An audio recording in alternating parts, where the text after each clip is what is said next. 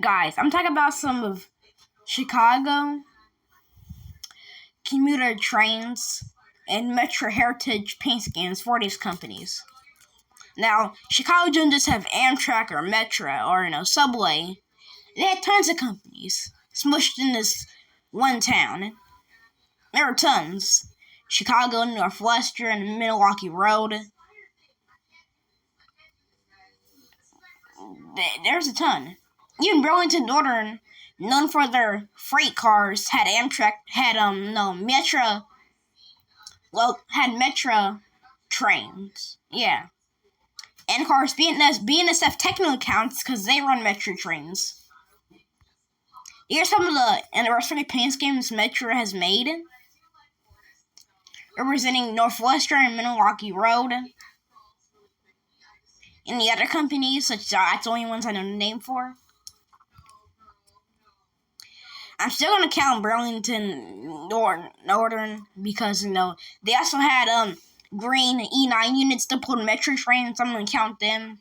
Other railroads that are great, even like the Chicago Metro locomotive, which isn't a company, but it still counts. So that's why they still put it here. So these are amazing. And it cuts about history, like Metro didn't always exist. Chicago didn't have this huge commuter service overnight. There are tons of other companies in Chicago that ran passenger trains. Some of these usually barely run trains, like BNSF or Burlington Northern. They had BNSF case. They let Metro trains run on their tracks. And Burlington Northern's case, they gave Metro some of their locomotives, their new E9 units. So those loosely count with air quotes, but stuff like Northwest, which also was in Chicago, and also a very important part of Metro. And Metro is first person to figure out that, okay, besides Amtrak's Northeast Corridor high-speed routes, they're the only second place in America that has overhead wire and pantograph trains. It's actually pretty cool. So, it's actually pretty fine how they managed to do this. Of course, these pull trains regularly, so it's always so cool.